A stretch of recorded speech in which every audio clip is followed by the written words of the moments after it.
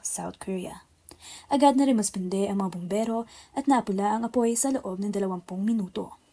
Ngunit sa kasamaang palad, natagpuan nila ang 2 sunog na bangkay sa loob ng mansyon. Ang mga biktima ay walang iba kundi ang may-ari ng mansyon na sina Mr. Park at ang kanyang asawa.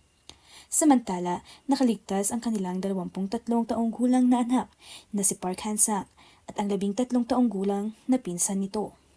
Gayunpaman, ang resulta ng otopsiya ay nagbunyag ng nakakagulat na detalye. Pareho pa ring dumudugo ang mga katawan at may tig-30 saksak pataas. Agad itong nagtulak sa mga investigador na pagdudahan ang pangyayaring sunog.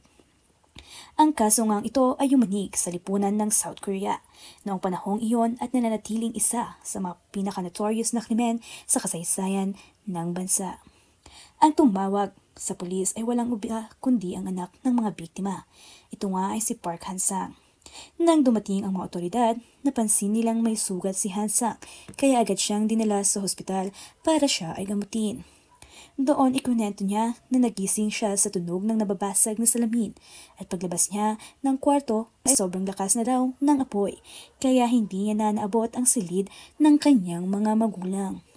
Sa gitna ng emergency, anya napilitan siyang basagin ang bintana para makatakas at makatawag ng tulong. Ang mansyong nasunog nga ay tinatayang may halagang 1.3 billion won o kaya humigit kumulang na $1.3 million. May malawak itong bakuran at may sukat na halos 5,400 feet. Matatagpuan nga ang kanilang mansyon sa pinakamayamang residential area. Bagamat hindi kabilang sa pinakamayaman, kilala ang mag-asawang Park bilang matagumpay at may kaya.